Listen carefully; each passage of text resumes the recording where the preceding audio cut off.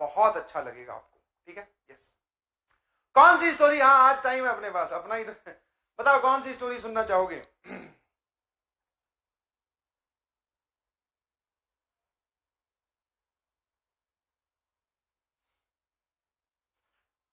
कौन सी, कोटा स्टोरी?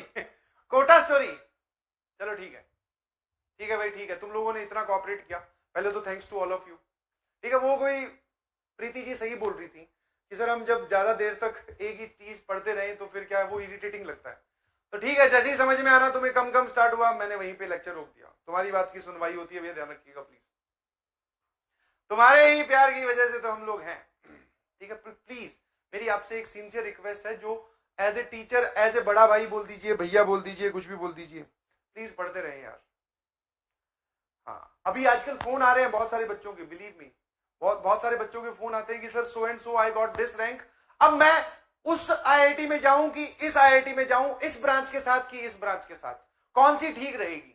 तो can you imagine कि अभी इस वक्त उनके दिमाग में क्या चल रहा है? आईआईटी जेईई की काउंसलिंग, अलग अलग टाइप से सर आईआईटी के रैंकिंग हम देख रहे हैं कि भैया कौन सी आईआईटी हमारे लिए अच्छी है, समझ में? 50 जगह फोन आ रहे हैं, 50 जगह फोन कर भी रहे हैं कि भैया मुझे कौन सी ब्रांच सुटेबल है, इलेक्ट्रॉनिक्स एंड कम्युनिकेशन लूं या फिर मैं इंफॉर्मेशन टेक्नोलॉजी ले सकता हूं।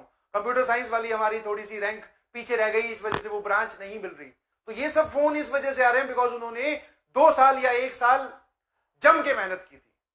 तो I am expecting that same call from you. आप सभी लोगों से मैं चाहता हूं कि आप भी फोन करें कि सर ये रैंक आ गई, आप बताओ कौन सी आईआईटी सेलेक्ट की जाए। आईआईटी हमें नहीं, हम आईआईटी को सेलेक्ट कर रहे हैं।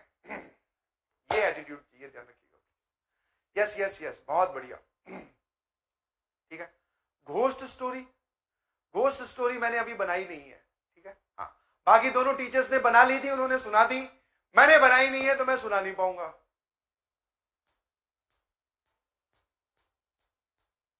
हाँ, घोस्ट स्टोरी नहीं, सिंपल कोटा स्टोरी सुन लो, ठीक है। हाँ, और तुम्हारे लिए थोड़ा मोटिवेटिंग भी रहेगा। वो ये है कि भैया देखो, जब हम लोग कोटा तैयारी करने गया था, इनफैक्ट मैं अपनी ही बात कर रहा हूं, तो जो एक चीज जब मैं पीछे जो मुड़ के अपनी जर्नी को देखता हूं, तो जो एक चीज लैग थी वो ये थी, डेडिकेशन जिसको बोलते हैं।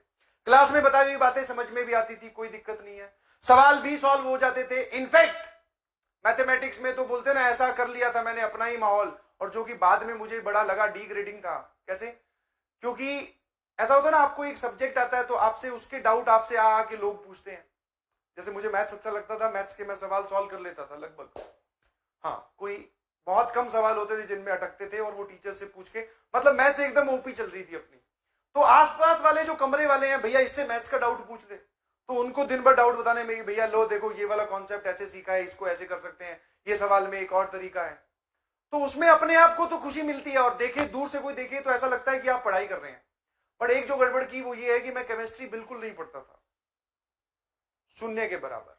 और वही एक कारण रहा, शुरू शुरू में उसमें बैकलॉग हुआ, इंटरेस्ट क्रिएट नहीं हुआ, और फिर वो केमिस्ट्री की क्लासेस जो हैं वो फिर बोरियत लगने लगी, और वो धीरे धीरे छोड़ता गया, और उसका टाइम मैं मैथ्स को और फिजिक्स को देता गया। इस वजह से मैथ्स फिजिक्स तो ठीक ठाक, मैथ्स बहुत जबरदस्त, फिजिक्स एवरेज से ऊपर, बट केमिस्ट्री एकदम धरती में लगा हुआ बोलते हैं जिसको, जीरो। हाँ, बिलीव मी, जीरो। समझ में आया?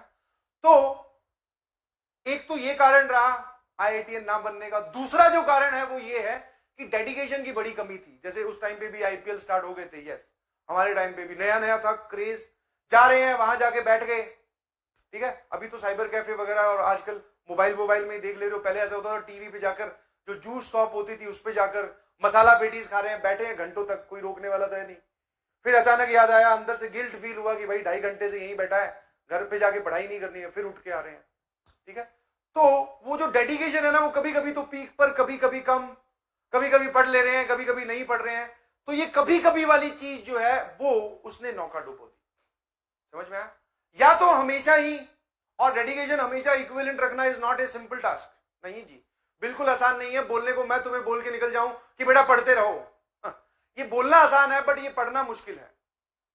तो बस वही हमारे साथ हो रहा था कि वो जो डेडिकेशन और वो जो होता ना एक मोटिवेशन, उसमें अप्स एंड डाउन चल रहे थे। इस वजह से कभी ज्यादा कभी कम, और फैक्टर्स की तरफ, डिस्ट्रैक्शन की तरफ अट्रैक्ट होते गए।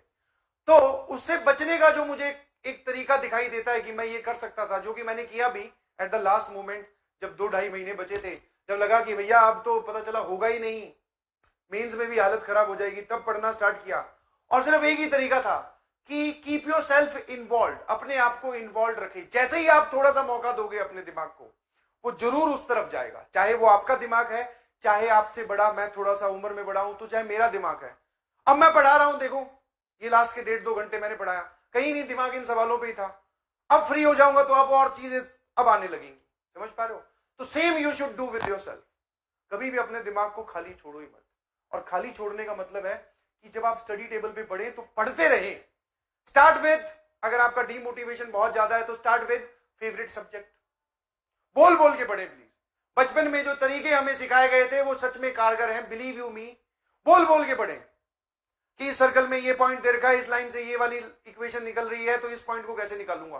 बोलते रहे, आपका दिमाग चाहते हुए भी स्टडी टेबल से बाहर नहीं भाग पाएगा, क्योंकि एक बार वो 1 सेकंड ही होता है। इनफैक्ट 1 सेकंड भी बहुत ज्यादा बोल रहा हूं, 1 माइक्रो सेकंड ही होता है जब वो वहां से अपनी जगह छोड़ के कहीं और डिस्ट्रैक्शन की तरफ चला जाता है और फिर हम उसके पीछे पीछे लग जाते हैं, है ना? समझे कि नहीं समझे? तो वो मौका दे ही मत, बोल बोल के पढ़े, पढ़ते रहे। समझ में? आप सोच रहे हैं कि पहले हमारा मूड अच्छा होगा, हमें अच्छा लगेगा, तब हम पढ़ने बैठेंगे। नहीं, पहले पढ़ने बैठो, पढ़ते ही जाओ, मूड और रैंक दोनों ही अच्छी हो जाएंगी। ये है लॉजिक। समझ में आया कि नहीं समझ में आया? Yes yes yes.